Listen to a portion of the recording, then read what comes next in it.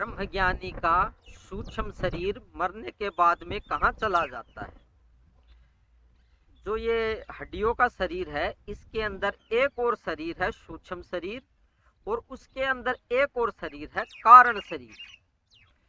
तो ये सूक्ष्म शरीर कहाँ चला जाता है।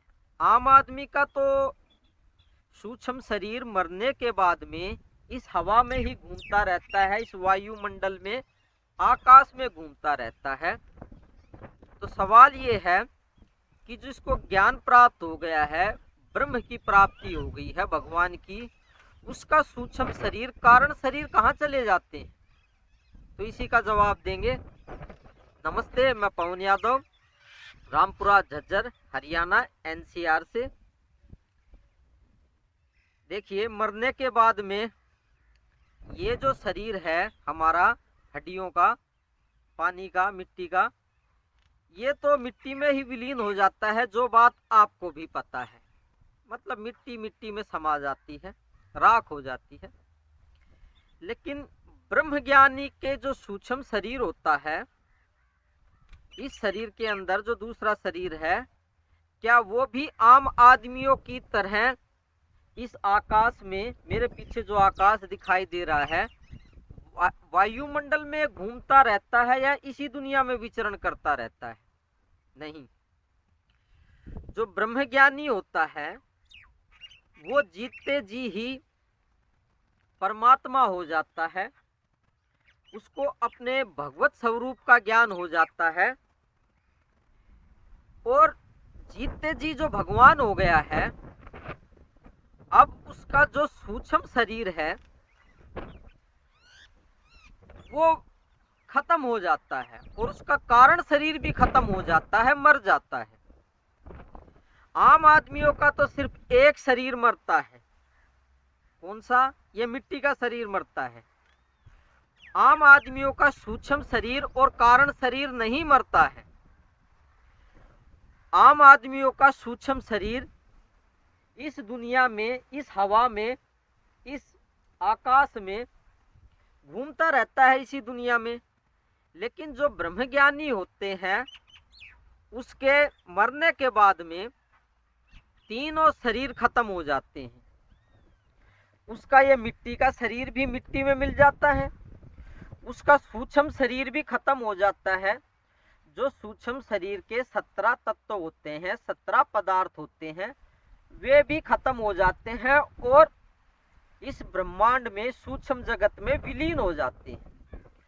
और कारण शरीर के जो तत्व हैं, वे कारण जगत में विलीन हो जाते हैं।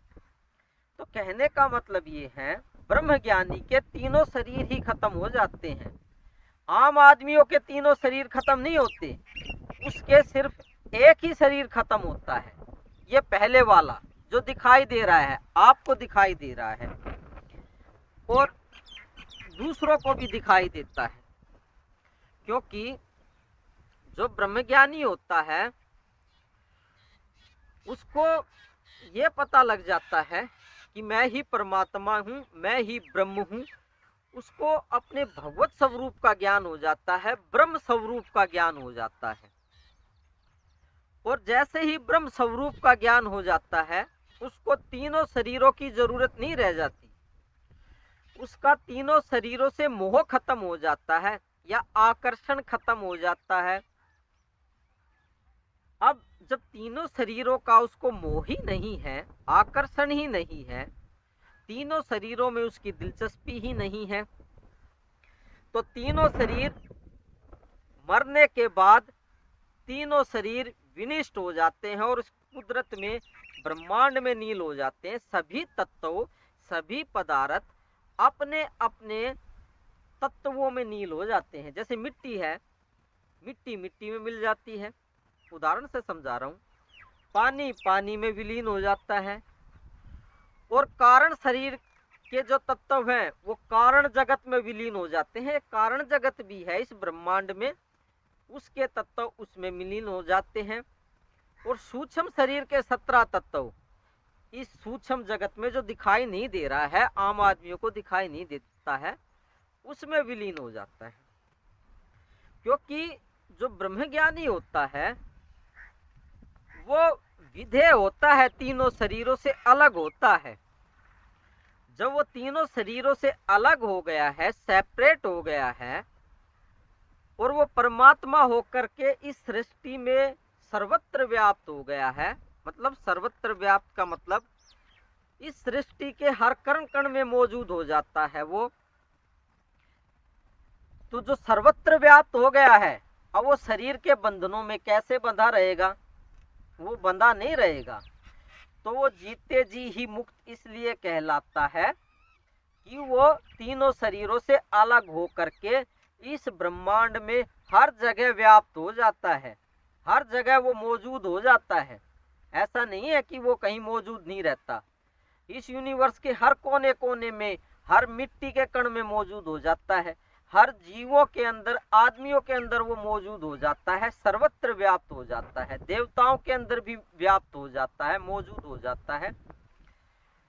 तो अब जो सर्वत्र व्याप्त है, जो सर्वत्र व्याप्त हो गया है ब्रह्म ज्ञान प्राप्त करने के बाद में, जो भगवान हो गया है, ब्रह्म हो गया है, अब वो शरीर का मोह नहीं रह जाता। ऐसे पुरुष का जो भगवान हो गया, अब उसका क्या शरीर से मोह होगा? आम आदमियों को तो इस शरीर का ही बहुत ज्यादा मोह होता है। जो हड्डियों का शरीर होता है, इससे काफी आकर्षित रहता है, उसकी दिलचस्पी रहती है और इसको वो छोड़ना नहीं चाहता। वो इसी शरीर को नहीं छोड़ना चाहता, नहीं मरना चाहता। तो तीनों शरीरों को कैसे छोड़ पाएगा जब एक शरीर को ही नहीं छोड़ पा रहा है? तो सवाल का जवाब दिया गया है कि जो ब्रह्मज्ञानी होता है, जिसको ब्रह्म ज्ञान प्राप्त हो गया है, जो भगवान हो गया है, उसके वे सूक्ष्म शरीर, कारण शरीर और ये मिट्टी का शरीर, भौतिक शरीर कहाँ चले जाते हैं? इस कुदरत में विलीन हो जाते हैं। तीनों की मौत हो जाती है। तीनों शरीरों की मौत सिर्फ ब्रह्मज्ञानी की ही होती है। आम आदमियों के सिर्फ एक शरीर की मौत होती है। जब ये मिट्टी का शरीर मर जाता है उनका, तो इसी हवा में, इस आकाश में, इन पेड़ों पे, जो पीछे पेड़ दिखाई दे रहे हैं नहर के ऊपर, इन्हीं पे बैठे रहते हैं। कभी गांव में चले जाते हैं, कभी रिश्तेदारों के वहाँ चले जाते हैं, कभी दूसरे लोक में चले जाते हैं, कभी कुत्ता बिल्ली का जन्म ले लेते हैं, कभी भैंस गाय का जन्म ले लेते हैं। उनके तीनों शरीर खत्म नहीं होते, उसका एक ही शरीर खत्म होता चला जाता है, मिट्टी का। मान लो आदमी का शरीर खत्म हो गया, तो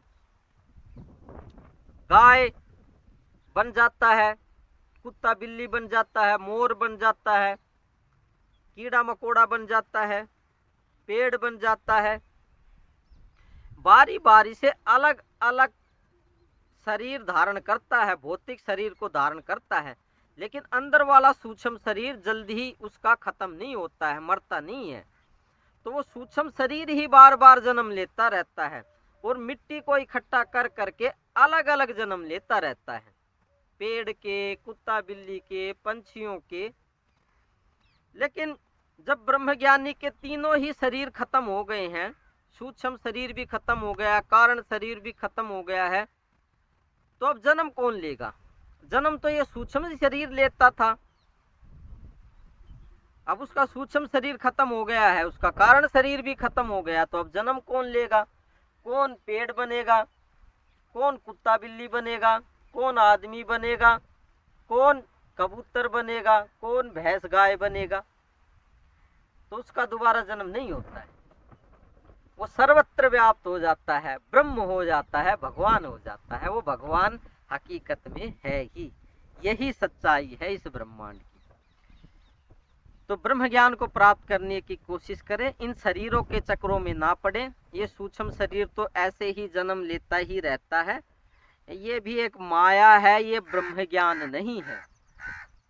तो किसी की संशय था, किसी का सवाल था, तो मैंने जवाब दे दिया। तो ब्रह्म ज्ञान प्राप्त करें, परमात्मा की प्राप्ति करें, यही सर्वोत्तम है। और जो अभी आपको बात बताई गई है, ये कहीं किताबों से पढ़ के नहीं बताई है, कहीं से सुन के नहीं बताई गई है। ये आत्म अनुभव है, अपना स्वयं का अनुभव है, सालों का, कई जन्मों का, वही बताया गया है। तो धन्यवाद। आप पूर्ण ब्रह्म परमात्मा हैं, ये बात आपको पता नहीं है। ये बात मुझे बहुत अच्छे से पता है कि आपके अंदर भगवान विराजमान है, मैंने ऐसा देखा है। मैं आपको प्रणाम करता हूँ, मेरा प्रणाम प्यार से स्वीकार कीजिए। कल फिर बात करते हैं किसी अन्य विषय पे, जिससे कि आपके संशय दूर हो सके और आपको भगवत्ता की, ब्रह्म ज्ञान की, परमात्मा की प्राप्ति हो सके। तो धन्यवाद, विराम लेते हैं कल तक के लिए। आपका दिन शुभमय हो।